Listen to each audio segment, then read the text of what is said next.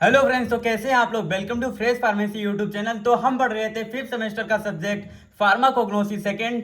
पिछले लेक्चर में हमने एसीटेट पाथवे और अमीनो एसिड पाथवे को कंप्लीट किया था। तो आज के इस लेक्चर में हम कंप्लीट करने वाले हैं पूरी यूनिट को, जिसमें हम कवर करेंगे लास्ट टॉपिक इस यूनिट का, जो कि है study of utilization of radioactive isotopes in the investigation of biogenetic studies. तो यूनिट फर्स्ट का ये लास्ट टॉपिक है, जो कि आज के इस वीडियो लेक्चर में मैं कवर करने वाला हूँ। इस लेक्चर के बाद आपकी यूनिट फर्स्ट पूरी कंप्लीट हो जाएगी।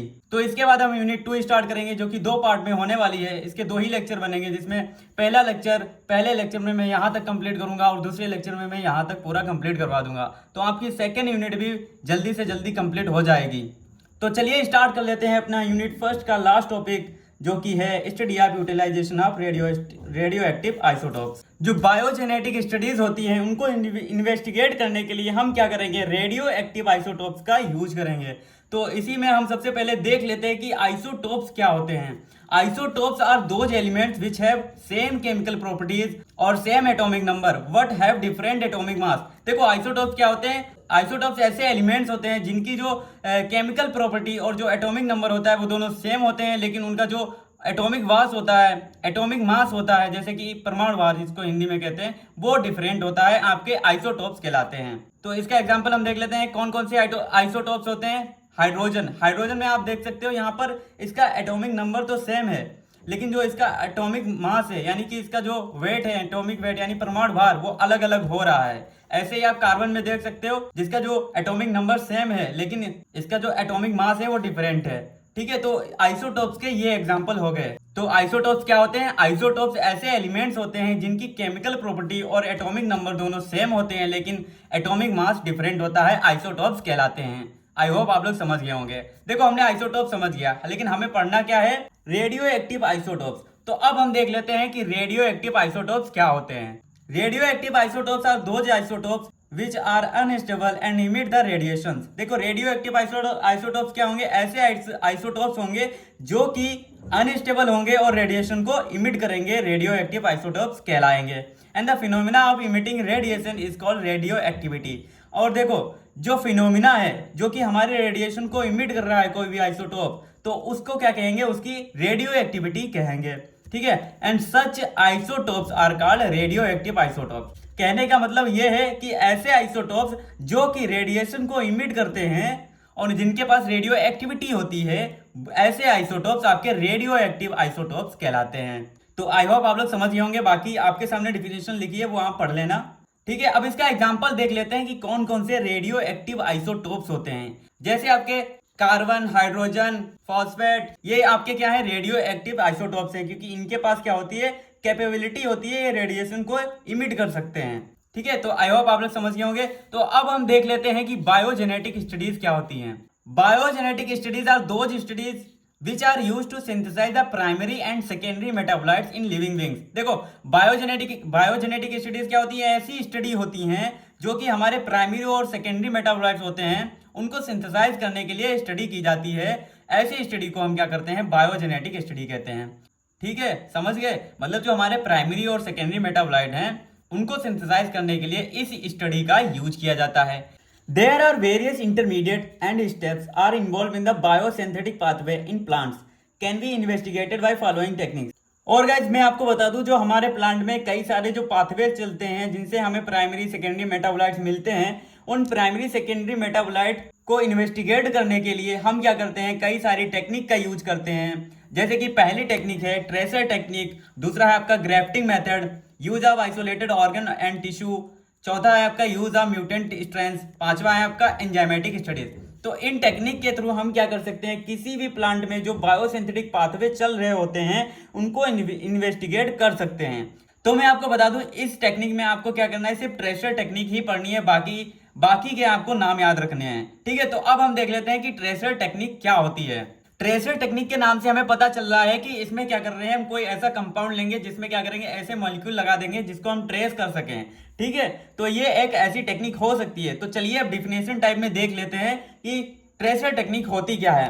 It is a method which are use to study that how specific compounds move and distribute within the living organism. देखो ये एक ऐसी मेथड होती है जो कि हमारा कोई भी एक स्पेसिफिक कंपाउंड है वो हमारे लिविंग ऑर्गेनिज्म में कैसे मूव कर रहा है, कैसे डिस्ट्रीब्यूट हो रहा है, उसकी स्टडी करना ट्रेसर टेक्निक कहलाती है। ठीक है, अब इस टेक्निक में हम करते क्या हैं? इन दिस मेथड ये special labelled compound is use. इसमें हम क्या करते हैं कि स्पेशल लेवल्ड कंपाउंड हम क्या करते हैं, यूज करते हैं, which is called as tracer, जिसे हम क्या कहते हैं, ट्रेसर कहते हैं। देखो इसमें क्या करेंगे, एक ऐसा कंपाउंड लेंगे जिसको हम लेवल कर देंगे, उसकी लेवलिंग कर देंगे, कुछ ना कुछ उस पर कुछ स्पेसिफिक चीज लगा देंगे जिससे कि वो अलग दिखे और उसको हम ट्रेस कर सकें। तो ऐसे कंपाउंड को हम क्या कहेंगे, ट्रेसर कहेंगे। ठीक है, now this tracer is added to the organism और सैंपल। अब हम क्या करें, किसी भी प्लांट में जो पाथवे है, ठीक है, उससे हमें जो सेकेंडरी मेटाबोलाइट्स मिल रहे हैं, तो इसमें हम क्या करें, कोई भी प्लांट या फिर कोई सैंपल है जिसको हम टेस्ट करना चाहते हैं, उसकी स्टडी करना चाहते हैं, उसको इन्वेस्टिगेट करना चाहते हैं, तो इस ट्रेसर को हम क्या करते हैं, उसमें ऐड कर देते हैं एंड ट्रैकिंग इट्स मूवमेंट। अब जब ट्रेसर इसमें ऐड हो जाएगा फिर हम उसकी मूवमेंट को क्या करते हैं, ट्रैक करते हैं। By following the tracer, researchers can learn how drugs or natural compounds are absorbed, distributed, metabolized and eliminated in the body. देखो ट्रेसर को हम फॉलो करके हम क्या कर सकते हैं, कोई भी अगर रिसर्चर रिसर्च कर रहा है तो उसके थ्रू हमारी कोई भी स्पेसिफिक कंपाउंड, जो लेवल्ड कंपाउंड हमने दिया था, तो वो कैसे हमारे बॉडी में एब्जॉर्ब हो रहा है, डिस्ट्रीब्यूट हो रहा है, कैसे मेटाबोलाइज हो रहा है, कैसे एलिमिनेट हो रहा है हमारे बॉडी में, तो उसको हम क्या कर सकते हैं, लर्न कर सकते हैं, ट्रेस कर सकते हैं।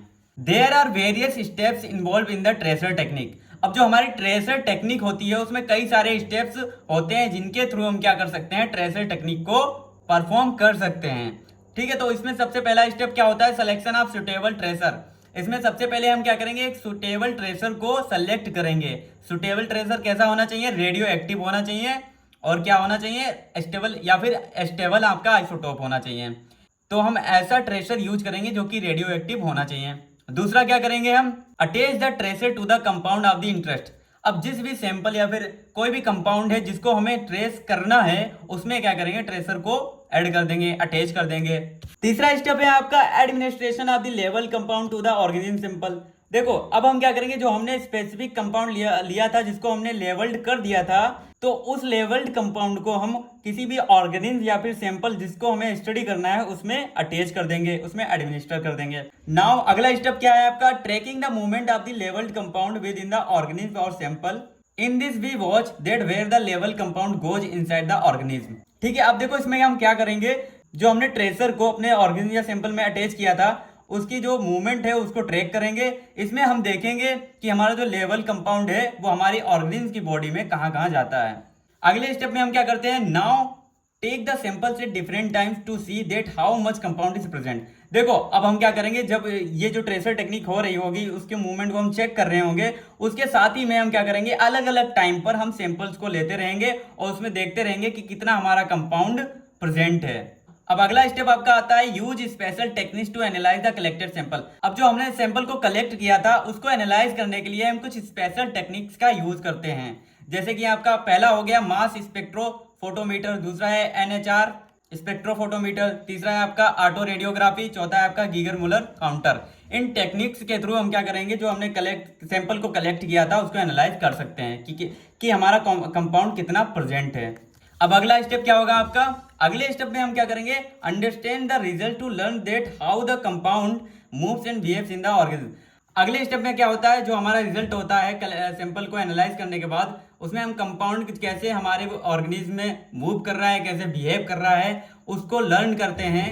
तो आपकी ट्रेसर टेक्निक यहाँ पर खत्म हो जाती है। अब देखो जो हम ट्रेसर टेक्निक करते हैं उसमें कौन सा कंपाउंड यूज करते हैं ट्रेसर करने के लिए, एज ए ट्रेसर यूज करते हैं कौन सा, आपका कार्बन हो गया, ट्राइटियम हो गया, ड्यूटेरियम हो गया, नाइट्रोजन हो गया। इन कंपाउंड को हम एज ए ट्रेसर अपनी ट्रेसर टेक्निक में यूज कर सकते हैं। तो आई होप आप लोग समझ गए होंगे, यहाँ तक आपको लेक्चर समझ में आ गया होगा।